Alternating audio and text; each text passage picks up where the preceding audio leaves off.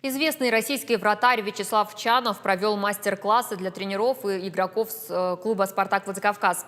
Вячеслав Чанов защищал ворота многих клубов, по завершению карьеры стал тренером.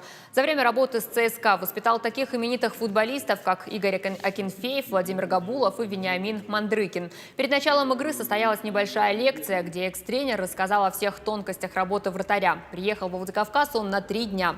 Главная цель – повысить уровень мастерства осетинских тренеров. На третий день Чанов проведет мастер-классы и для юных вратарей. Также он отметил, что такая практика будет проводиться чаще.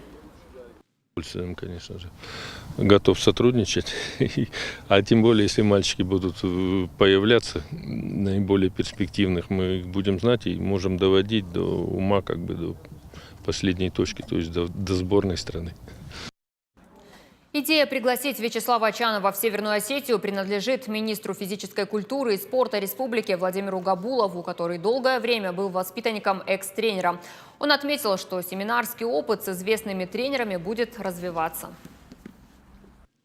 Переговоры с Академией тренерского мастерства для того, чтобы они провели выездную сессию во Владикавказе для всех тренеров, в том числе детско-юношеских тренеров и всех желающих, кто хочет работать в этой сфере.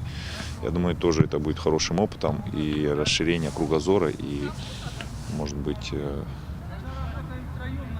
кругозора и вообще подхода к подготовке футболистов.